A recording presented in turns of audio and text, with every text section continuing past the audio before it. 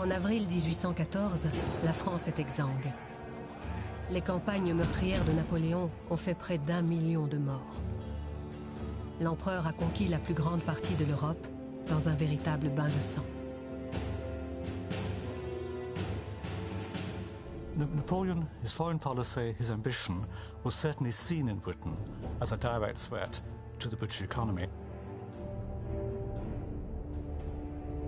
He also appears to have had an almost insatiable desire for conquest and for military expansion.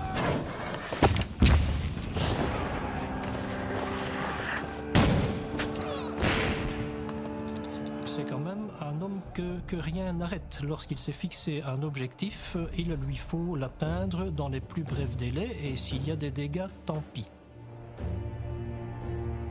C'est aussi un homme qui a un sens de la propagande vraiment remarquable, qui a su se construire, se fabriquer une légende.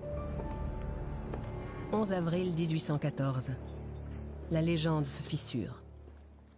Vaincu par ses ennemis, abandonné par la France, Napoléon est contraint à l'abdication.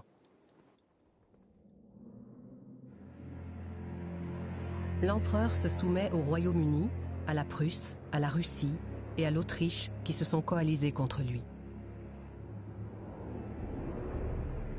Je n'ai jamais fait de conquête qu'en me défendant. J'étais forcé d'abattre sous peine d'être abattu.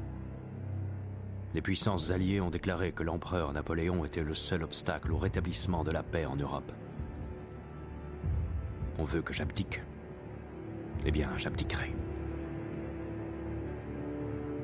Les puissances européennes victorieuses placent sur le trône de France Louis XVIII, le frère cadet de Louis XVI. Quant à Napoléon, il est envoyé en exil sur l'île d'Elbe, au large des côtes italiennes. L'aigle a un genou à terre, mais il n'est pas prêt de tomber.